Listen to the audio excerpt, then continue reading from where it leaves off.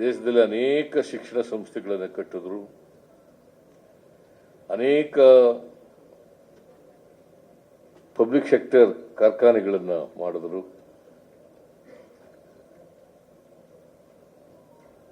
ಆಮೇಲೆ ಭಾರಿ ಅಣೆಕಟ್ಟುಗಳನ್ನು ಕೂಡ ಕಟ್ಟಿದ್ರು. ಇವತ್ತು ನರೇಂದ್ರ ಮೋದಿಯವರು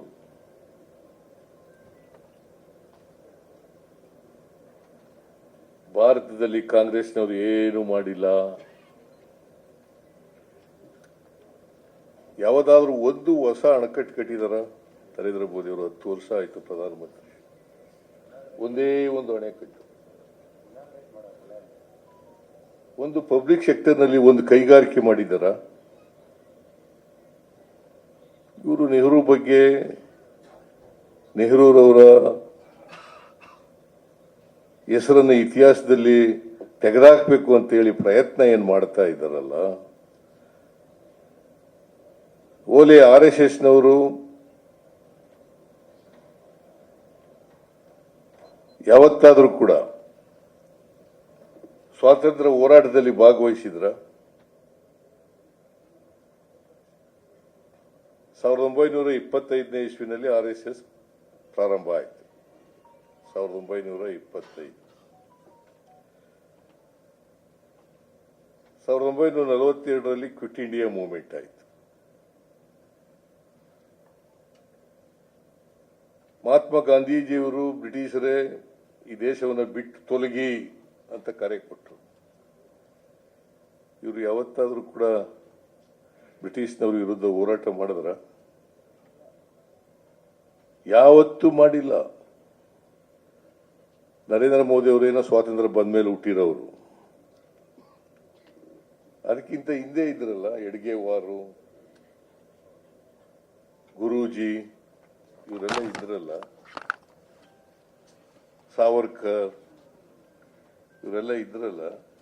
ಯಾವತ್ತಾರು ಸ್ವಾತಂತ್ರ್ಯ ಹೋರಾಟದಲ್ಲಿ ಪಾಲ್ಗೊಂಡಿರ್ತಕ್ಕಂಥದ್ದು ಬಹಳ ದೇಶಭಕ್ತಿ ಬಗ್ಗೆ ಬಹಳ ಮಾತಾಡ್ತಾರೆ. ದೇಶಭಕ್ತಿ ಬಗ್ಗೆ ಬಹಳ ಮಾತಾಡ್ತಾರೆ.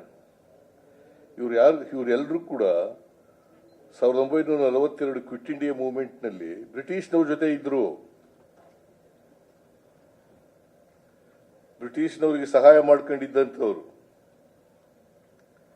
ಇವರು ದೇಶಭಕ್ತಿ ಬಗ್ಗೆ ನಮ್ಮ ಪಾಠ ಹೇಳ್ಕೊಡ್ತಾರೆ. ದೇಶಕ್ಕೋಸ್ಕರ ತ್ಯಾಗ ಬಲಿದಾನಗಳನ್ನು ಮಾಡಿ ಸ್ವಾತಂತ್ರ್ಯ ಹೋರಾಟದಲ್ಲಿ ಭಾಗಿ ನೆಹರೂರವರು ಎಷ್ಟು ವರ್ಷ ಜೈಲಿನಲ್ಲಿದ್ದರು? ಎಷ್ಟು ವರ್ಷ ಯಾರಿಗೋಸ್ಕರ ಜೈಲಿನಲ್ಲಿದ್ದರು?